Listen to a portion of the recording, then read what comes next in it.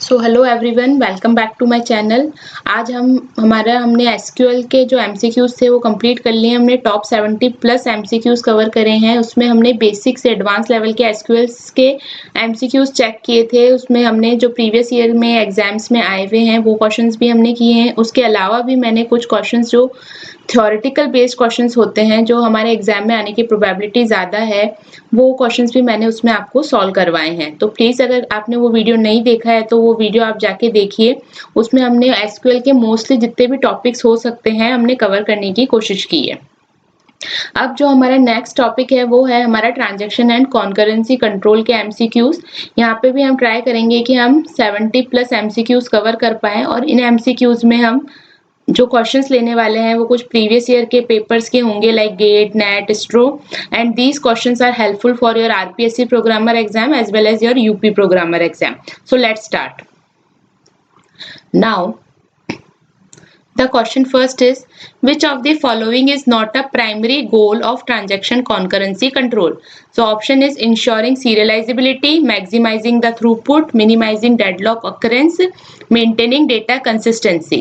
तो देखो, deadlock occurrence को minimize करना, data consistency को maintain करना और serializability को ensure करना, ये तीनों तो primary goal है. That's why answer is B, maximizing throughput. Now question 2 is, which concurrency control technique allows multiple transactions to access the same data simultaneously while ensuring the data consistency? So for this purpose we use the optimistic concurrency control. Now question number 3, in two-phase locking, which of the following phases allow transaction to acquire logs but not release them? So हमें पता है कि हमारे पास to phase locking में दो phases होते हैं, growing phase और श्रिंकिंग फेज, और जिसमें हम ग्रोइंग फेज में सारे लॉक्स को एक्वायर करते हैं, और जबकि श्रिंकिंग फेज में हम क्या करते हैं, लॉक्स को अनलॉक करते हैं यानी रिलीज करते हैं. तो इसमें हमारा आंसर हो जाएगा ए, क्योंकि यहाँ पे एक्वायरिंग का पूछा है. Now, question number 4, which concurrency control protocol is susceptible to the phantom read phenomena? So the answer is serializable snapshot isolation. Next question is, which isolation level in the ANSI SQL standard ensures that the transactions are executed as if they were serialized without concurrency effect? So for this purpose, what isolation level we use? Serializable. So the correct answer is D.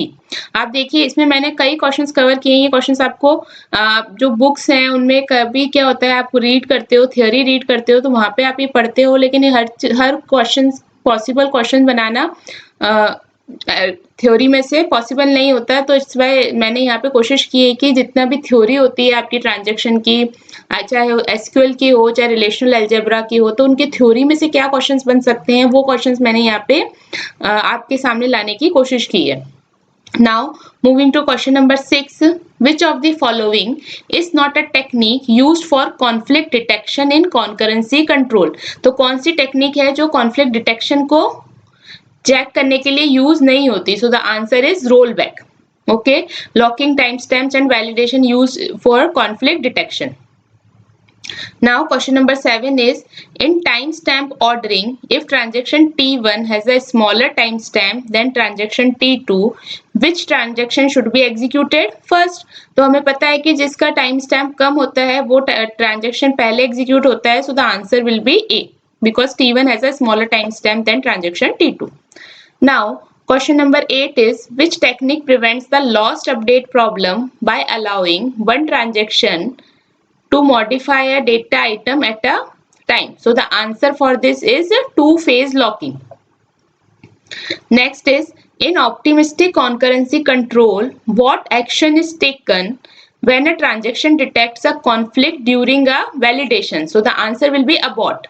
Okay, abort action is taken when a transaction detects a conflict during the validation. Question number 10 is, which of the following is not a type of concurrency control anomaly? तो हमें पता है कौन कौन से. Dirty read एक anomaly है, lost update anomaly है, phantom read anomaly है, but serializability is not an anomaly. Serializability is a protocol, or we can say a standard. Okay. Next is, which of the following concurrency control technique allows transaction to proceed without waiting if there is no conflict but require validation before committing? So the answer will be optimistic concurrency control. Now, question number 12 is which of the following is not a benefit of using strict two-phase locking? Okay कि कौन सा इनमें से benefit नहीं है, तो इनमें से कौन सा बेनिफिट नहीं है? Avoidance of deadlock is not a benefit of using strict two phase locking. Now, question number 13. Which isolation level allows a transaction to read only committed data but may still encounter non-repeatable reads and phantom reads?